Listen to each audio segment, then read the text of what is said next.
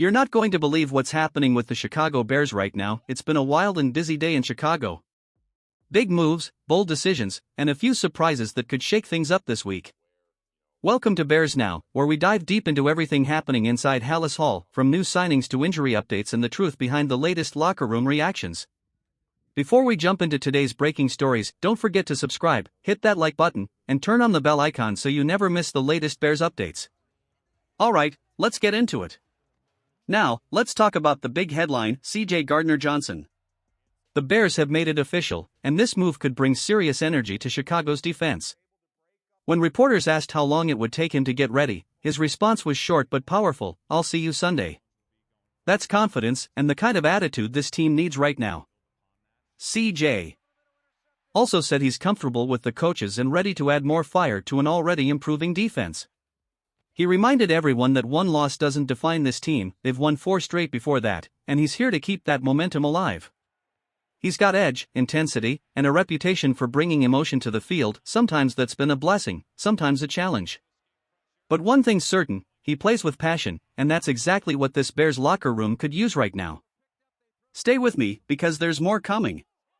We've got new updates on injuries, and even a possible twist involving Joe Flacco that could impact Sunday's game. Now, let's be honest, this move isn't without risk. Signing CJ Gardner-Johnson brings excitement, yes, but it also brings questions. Bears head coach Ben Johnson spoke about the decision, saying the team needed help on defense after a few recent injuries, and when Gardner-Johnson became available, it just made sense. Johnson mentioned that several members of the Bears staff had worked with him before, and that familiarity gave them confidence. It's not just 1 or 2 people either. 6 coaches on this current staff have shared a locker room or sideline with Gardner-Johnson in the past. From Dennis Allen, his former defensive coordinator in New Orleans, to Declan Doyle and Dan Roushar, both of whom were part of that same Saints system. Even JT Barrett, who once shared a roster with him before moving into coaching, knows exactly what kind of competitor he is.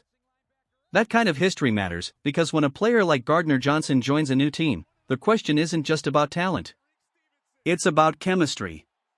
Coach Johnson described him as one of the most competitive players he's ever coached.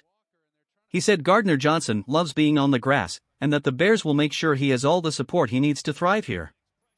But maybe the most telling line from Johnson was this: "We trust our locker room." That says everything. The Bears believe their culture is strong enough to handle big personalities, and that this signing is about adding fire, not friction.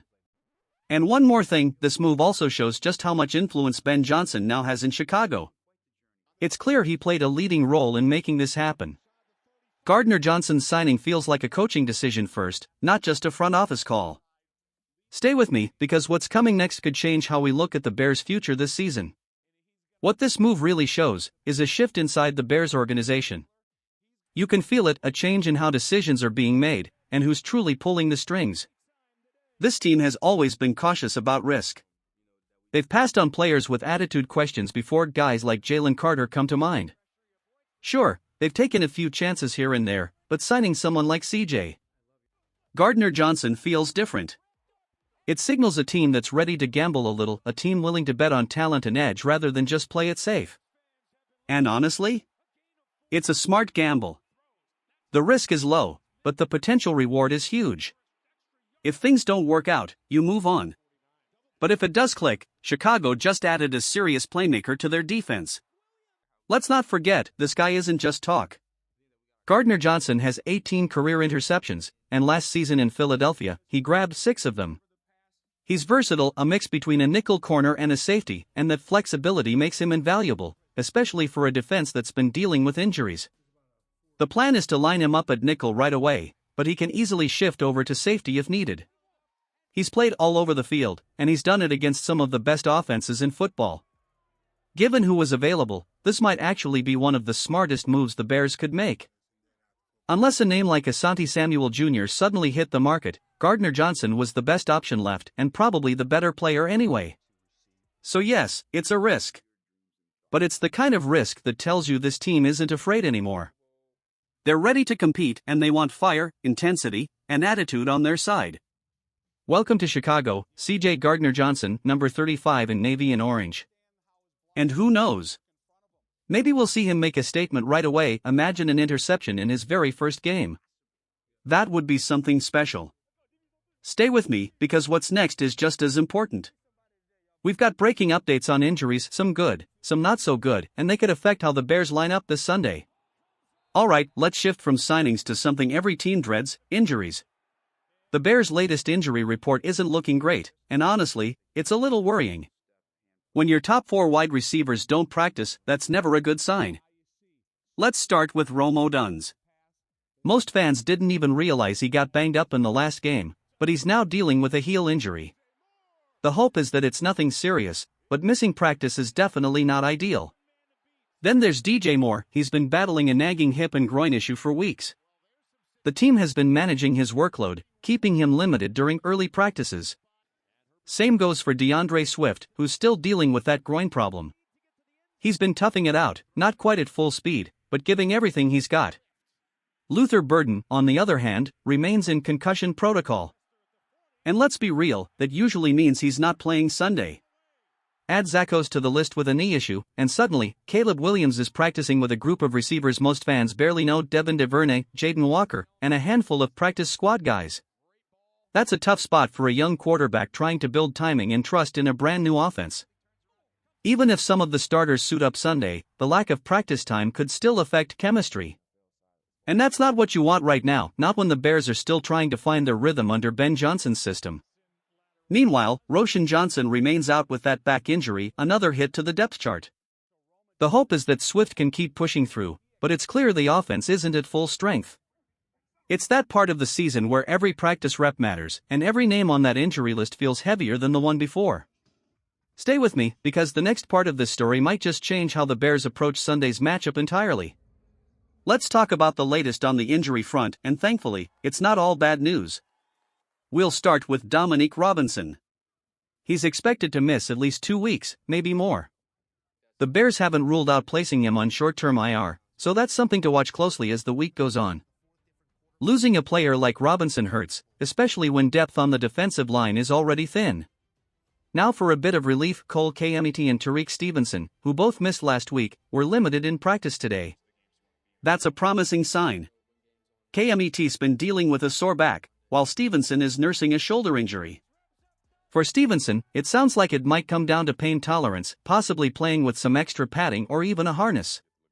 But the good news is, he's trending in the right direction. And with the Bears facing elite receivers like Ja'Marr Chase and T. Higgins this week, having Stevenson back would be a huge boost. Now imagine this: Stevenson back on the outside, Jalen Wright locking down the other corner, and CJ Gardner-Johnson sliding into that nickel spot. Suddenly, that secondary starts to look pretty solid, a big improvement from the chaos we saw last week. As for Amen Ogbongbemiga, he's still on short-term IR, but the Bears have until November 5th to activate him to the main roster. If they don't, he'll stay sidelined for the rest of the season. So his situation is another one we'll be watching carefully. Now, turning to the Bengals side of things. The big story is Joe Flacco. Reports say he's dealing with an AC joint sprain in his throwing shoulder, the kind of injury that can make every pass painful.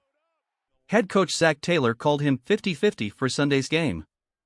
Flacco actually left last week's loss to the Jets, then came back late in the fourth quarter, but it was clear he wasn't at full strength. Taylor said they'll test things day by day and see if Flacco can handle practice reps, but right now, it's truly up in the air. And if he can't go, Jake Browning would get the start. Still, Taylor made one thing clear: if there's anyone in the league who can step in cold and still find a way to make plays, it's Joe Flacco. Stay with me, because what's coming next could shape the entire narrative of this week's matchup between Chicago and Cincinnati. There's no doubt about it, Joe Flacco has changed the way the Bengals' offense looks. Remember, he walked in with almost no practice time and still played solid football against the Packers in his first start. That tells you everything you need to know about his experience and poise. If he doesn't play this week, it's a big deal. Sure, Jake Browning has had flashes of decent play in the past, but this season has been rough. He's thrown 8 interceptions in less than 4 games, and his passer rating has been way below the mark. The problem? He just can't push the ball downfield consistently. That limits the Bengals' playbook, forcing them into short, safe passes that defenses can read. Flacco, on the other hand, opens everything up. He's been calm, efficient, and fearless: 7 touchdowns, 0 picks, and a quarterback rating over 100. He gives this offense something Browning simply can't: balance and danger. and that difference shows up most in one name, Jamar Chase. When Flacco's under center, Chase becomes the focal point again. He's getting the ball in space, getting opportunities, and that's when the Bengals offense feels alive. So yes, if Flacco can't go, it changes everything. But the Bears can't afford to relax either way. They've already learned what happens when you underestimate a backup. Remember last week's loss to Tyler Huntley? This time, Chicago needs to be ready for anything, whether it's a seasoned veteran like Flacco or a hungry underdog like Browning. As for the rest of the Bengals injury report, Trey Hendrickson sat out with a hip issue, Logan Wilson is battling a calf injury, and Marco Wilson is dealing with a hamstring problem. Most of those situations are still developing, and we'll be watching closely throughout the week. So here's the question: Bears or Bengals?